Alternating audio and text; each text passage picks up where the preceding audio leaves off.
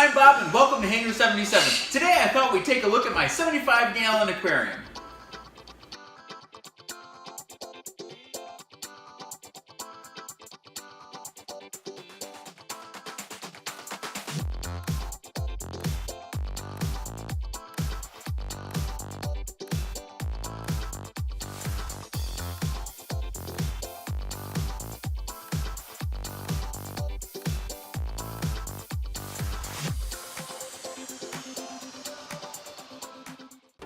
Okay, well I'd like to say hello to all the subscribers and welcome to everyone else. Great to have you here. So today I thought we'd just take a quick look at my 75-gallon aquarium. I thought I'd show you the choices that I made and all the equipment that I'm using on this one.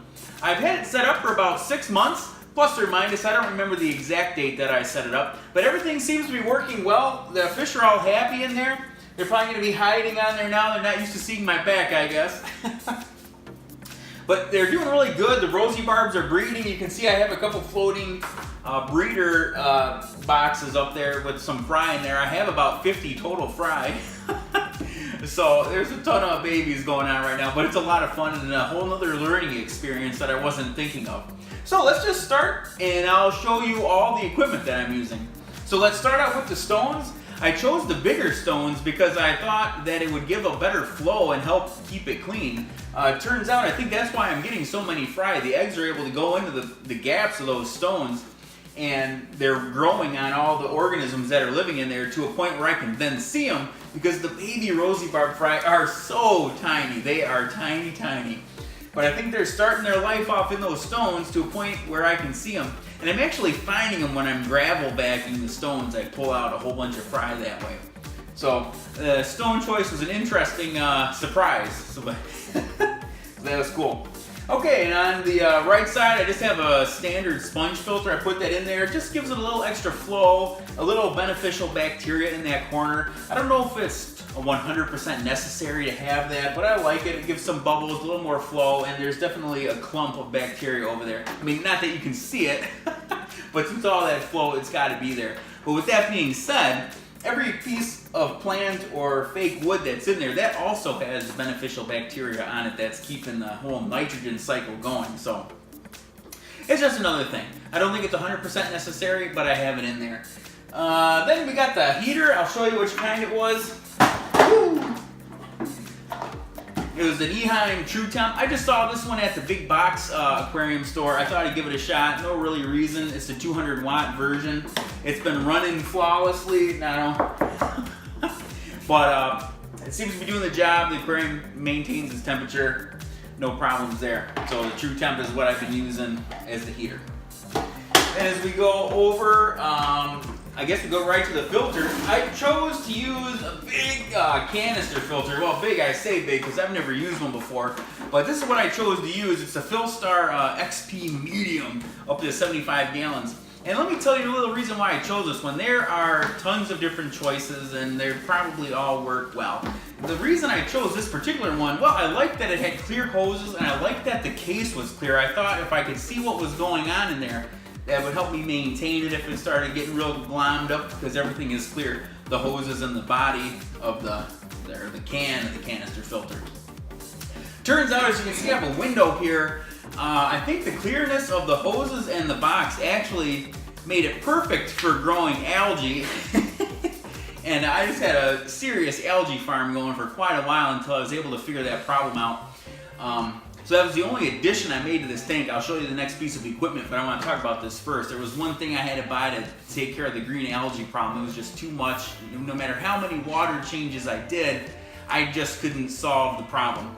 So the other reason I like this filter is because it's a square. Most canister filters that I saw all have weird shaped sponges or compartments, and I thought, you know, if in the future I want to try to use something maybe I made myself, this is a square and I can easily make that. It's not a weird half circle with a hole or something. They're all square, and that's why I like that.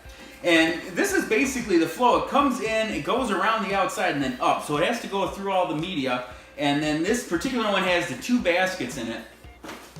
And at first I'm using these filters. They're basically a sponge filter again, but they're calling it a mechanical filtration, a 20 pour per inch and a 30 pour per inch filter, but I think it works like a sponge filter too. I mean, why wouldn't it? It is a sponge, but it is acting as a particulate filter as well. Then as you go through it, I don't have a package to show you, but they call them the API Bio-Chem Stars. Why do they call it a Bio-Chem Star? Well, I don't really know, but what I do know is it's just a piece that has a lot of surface area that API probably spent a lot of time in coming up with that star shape, so you gotta call it something fancy. But I have those in there, so that's just another biological media, so over time the bacteria is going to attach to it, and that's what's going to keep your nitrogen cycle flowing. Just another one that's everywhere, like every stage of this filter really is becoming a biological filter, just how it works. And then at the top, I chose in the top bay, I chose to use some of these filter pads. These are called the super micro filtration. It's just a super fine to get all the particulates out, just so you get this crystal clear water. Sorry if I'm locking the aquarium there. But so what I'm doing is I'm using the polyfill, and then I use this on top to kind of hold it in. It's probably not even necessary when you're using something like polyfill, which is just like the stuffing to stuffed animals. But what I like about this is I can put that on, because all those little filaments of the polyfill can get everywhere, they can break off, but if I put one of these on top, it kind of holds it in, and that smashes it all in, and I don't have all the little strands going everywhere. So that's why I use this. So that's the filter media that I'm using in the filter. Now, like I said, the green algae in here was crazy, and I could barely even see the fish. And no matter how many water changes I did, I just couldn't get rid of it. So what I ended up doing was getting a UV filter, and this is the one that I chose. It's the Turbo Twist Pond version, and really I don't think it's any different than the saltwater one. It's just the one that I was able to find. And that, in a couple of days, you could start to see the reduction in the green algae almost, in a couple of days, like I said. But it really cleared it up, and the water is just really crystal clear right now, so very happy with this. And unfortunately it has to be running all the time, but for the crystal clear water that it gives, I don't mind that at all. You probably could turn it on and off, and as the level is built up, turn it back on, but I just leave it on all the time. I don't think there's any harm in it. The saltwater guys would do that. They would have it on all the time, so I have that running, and there you go. Oh, hey! There's Checkers. Go check out her video. She showed you a whole video of her tricks that she worked real hard on. There you go. I'll put a link up there for you. Go check that out too. So that brings us to the light. That's just an Aquarium. I believe they call it the modular light. Why did I choose that one? I liked how it looks. It has a cool curve on it, and the light bulbs in there are actually modular. That's why they call it the modular unit. Well, what's cool about that is that if a bulb goes out, you could actually replace the bulb.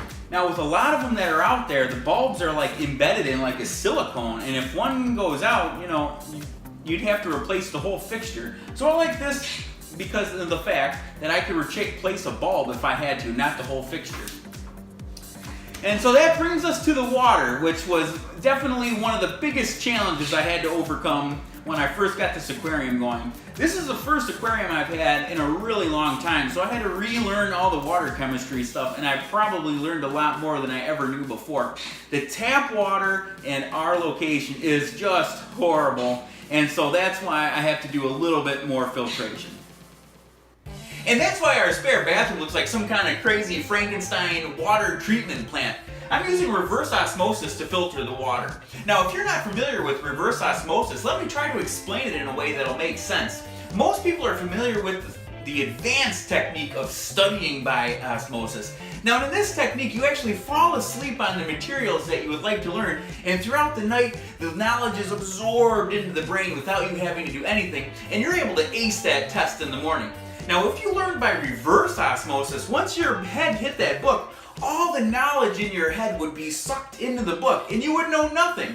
Horrible way to study, great way to filter water. Now, that might not be 100% accurate on the technical details of osmosis, but the thing to know is, with reverse osmosis, the water coming out is really pure, and there are very few, if any, contaminants. But this isn't exactly perfect for the fish either, and after I filter the water, I actually have to add minerals back. I've been using Replenish to add the minerals. That'll bring up the general hardness, and I like to have my hardness around 9. And to keep the pH balanced, that sounds like I'm doing a cereal commercial. Or pH balance, that deodorant? I don't know. Anyways, I use neutral regulator and that keeps the pH around 7. And that's been doing great for my fish. And that brings us to the fish. When I was originally planning this tank, I actually wanted to put in just a few common goldfish. Yep, just a common goldfish. And I thought that was going to be awesome. And I really probably would still enjoy it. But once I went to the local fish store and saw these neon gold roseline or rose barbs, I never looked back and I knew I was going to set up a tank for them. Once I got the rosy barbs settled in, I did get some roseline barbs, and I think they make a great contrast. They're two totally different fish, but I like the fact that they're still barbs for some reason, so it's like my barb tank. I don't know. I think that's cool. They're a little bit different. The rosy barbs are a little bit different than regular ones. They're the neon gold type, and males are just a brighter orange, and the females are a brighter yellow, so I just think they just really look awesome. And the thing that I've noticed is that the rosy barbs swim all over the place and the rose line barbs are more mid to the bottom. And they're a little bit more shy when the rosy barbs are going crazy for the food. So the one thing that I'm always looking out for is I just want to make sure that the rose line barbs are getting their food because the rosy barbs are crazy during feeding time. It's great. And so that's going to wrap it up for this one. I really want to say thanks to my friends Jonathan and Cody at B&B Pet Stop. They really got me back in the game on this, and I really appreciate all their help that they always give. And while I'm thanking the people at BB's, I have to thank Bill, the owner. One of the first times I was there, he opened up all the fish tanks and showed me everything, and water was going everywhere. It was great. So thanks, Bill. Thanks so much. I really appreciate it. And I also have to thank Dan at Dan's Fish for these awesome rose line barbs. I didn't pay for them. It's not like a sponsorship or anything like that, but I just really appreciate the work he's doing on shipping and the quality of the fish that he sent. So I'm really happy about that. So thanks, Dan. Appreciate it. And so that's going to wrap it up for this one. If you enjoyed it, feel free to give the video a thumbs up, comment below, and of course subscribe to keep up with everything here at Hangar 77. Oh, and one more thing, because I know people are probably going to ask. To run the UV filter, I'm using just a MJ400 power head because the UV filter doesn't have a pump. And for the sponge filter, I'm just using a good old Whisper air pump. That's all. So there you go. Thanks so much for watching. We'll see you next time. Want to see another aquarium-related video? Click right here and we'll take a tour of Sea Life, Michigan.